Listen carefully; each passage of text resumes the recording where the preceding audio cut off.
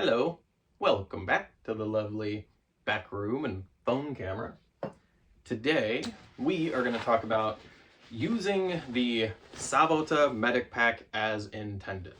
So, as a bunch of people I care about are up in Finland for brutality this weekend, I would like to show you the equipment that I know they have on hand, and if you are going to be doing stuff like that, the equipment that you should have on hand as well. So, I am going to start on the inside and work my way out to the boring outside. So, I don't know, it's going to get more boring as we go along. So when you get bored, bye-bye. Okay, so starting on the inside. You expected 3 organizers. No. I only have 1 in here currently because this would be multiplied by 3 identically. 1, 2, 3. So I'm only going to open up 1 of these guys for you, multiply it by 3, and you have the full kit. Each one of these organizers is 1 casualty. So this has mostly everything you need if you had to disengage this organizer from the pack and throw it to the dude, or, you know, whatever the situation is going to be. This guy should, in theory, be able to take care of him in a combat trauma kind of situation. Let's actually go ahead and dump it out. What is in here? So, remember, 3 of these. So, yeah. Inside here, we have at least 1 tourniquet. 2 is better. I just don't have another CVN tourniquet on hand at the moment. We have a green and red Chemlite. We have a Tension Nemo needle. It's very, very recommended that you get an actual needle.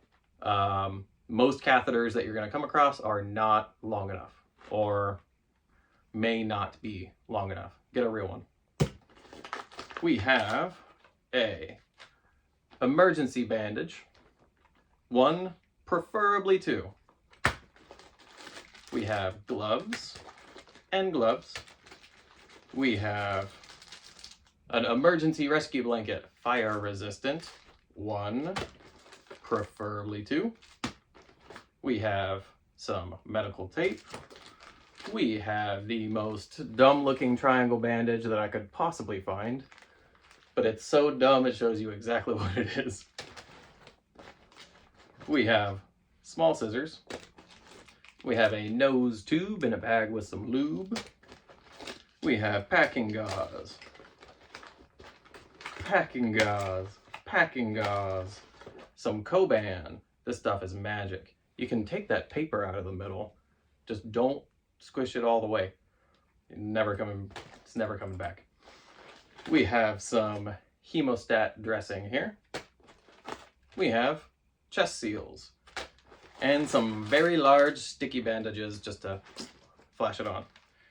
Ideally, I would also have a hand warmer or 2 in there, because one thing that we are seeing on the modern battlefield is throwing somebody in one of these blankets with a hand warmer. It's pretty fantastic. What else am I missing? Fire blanket, casualty care card, smart tag, thermometer, evac sheet, transport, tweezers. My kids stole my tweezers. I have no idea where they went. Yeah, this is just stuff that would be a good idea, or some of it essential. I just don't have it on hand. So, going a bit backwards, I'm going to load these up because I kind of have to do it backwards. There might be a kid running in here. And if I fail doing it backwards, I can just take it all back out and film that. So, let us start with top pocket here. Throw in a notebook. These are all just examples. This is not a legit packing list. We have 1, 2, 3, 4 pairs of gloves. We have some Gorilla Tape that I took the paper ring out of and just smashed it. If it's Gorilla Tape, it will stick together. We have, that's going in bottom pocket. We have chem lights. I'm not gonna make it pretty. We have syringes and needles, or whatever the proper terminology there is. I can't find a situation where I would be comfortable putting these two items together and using them in that kind of system, but having these two separately, I can absolutely guarantee I'm going to use at some point. And I know if I'm looking for one, I know these belong together. It's just a mental thing. We have big scissors. I could have made it a little bit cleaner, but you can just keep packing this thing. We have a pretty big headlamp here. This is a red, green, blue.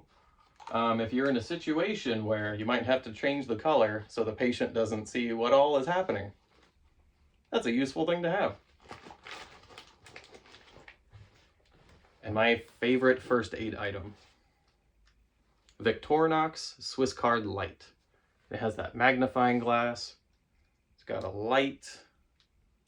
It's got the classic Victorinox tools on here, which, if you know the knife, that's pretty much a scalpel.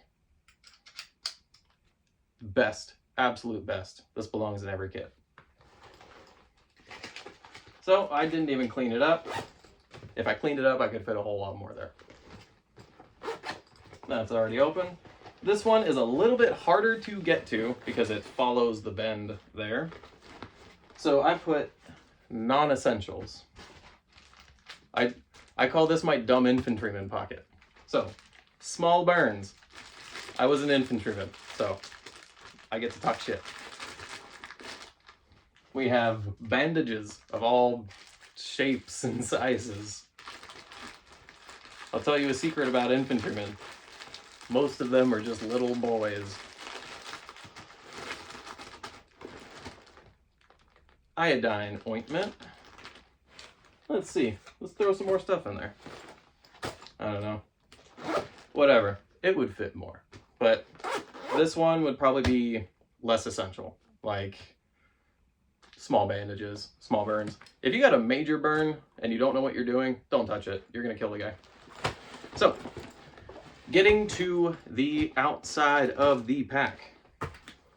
Before I zip it up, I'm going to show you, if you have this thing fully loaded with 3 fully loaded organizers in there, you can still take Sam Splint, throw this guy right there on the side, and you can have another one on this side. Kind of fucked up my Sam Splint, but whatever. Anyways, another place, don't worry about that, we'll do that later. Another place where you can put the Sam Splint, you might notice that there's a little bit of orange right there. If you take this guy out of there, so if you take that guy out of there, you can put Sam Splints in here. There's one. Here is 2.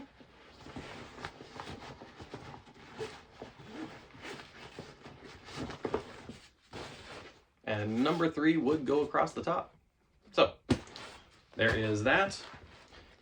Getting to this front flat pocket. Remember, it does have bellows, so it will expand out a little bit, but also expands these 2 inside pockets into the inside. That's really cool. But everybody I've talked to says something different. Like up in Finland right now, I'm sure if they're running around with these backpacks, there is blizzard thermo protection system in this front flat pocket. I guarantee that. But that's not going to work for everybody. So I'm going to call this one mission region dependent. Or if you know Tim Keys, that's gauze. Ugh, there's iodine gauze. There's flat gauze. There's gauze all, oh man. It's just a mountain of gauze. So, that's just my big old gauze pocket there. On the bottom, this is just puffed up with some bullshit right now, but I am going to tell you, you are going to need, at the very least, 2 abdominal bandages. Here. 3 Might be stretching it. No, 2, 3, however many will fit. One thing that I did not hear anybody say, but I think is a great idea, a signal panel for helicopter landing in that bottom pocket. That is just about it. But before you go, I just want to say, in my opinion, this belongs in every single NATO vehicle. Take a Humvee, 3, 4, 5, 4 or 5 usually, guys, 4 on a usual day. Is that OPSEC? No, it's not. There's pictures. Fuck you. Anyways, this bag, I can see for one IED event on one Humvee that wasn't a, gigantic, massive event like tire pop or small injuries. I would say this, if there was this backpack in each NATO vehicle or per fire team, we are getting a lot more of our men home. I guarantee that. This belongs on every single fire team. This belongs in every vehicle. I will stand by that. So until that happens, I'm going to be yelling about that. All right. So hopefully that came out all right. We are going to do more. This personally for me is going to be a mountain rescue, search and rescue, first responder, all of that kind of stuff bag. And we are going to go through a whole lot more packing lists on that. So stay tuned for that. And I'll see you next time. Bye-bye.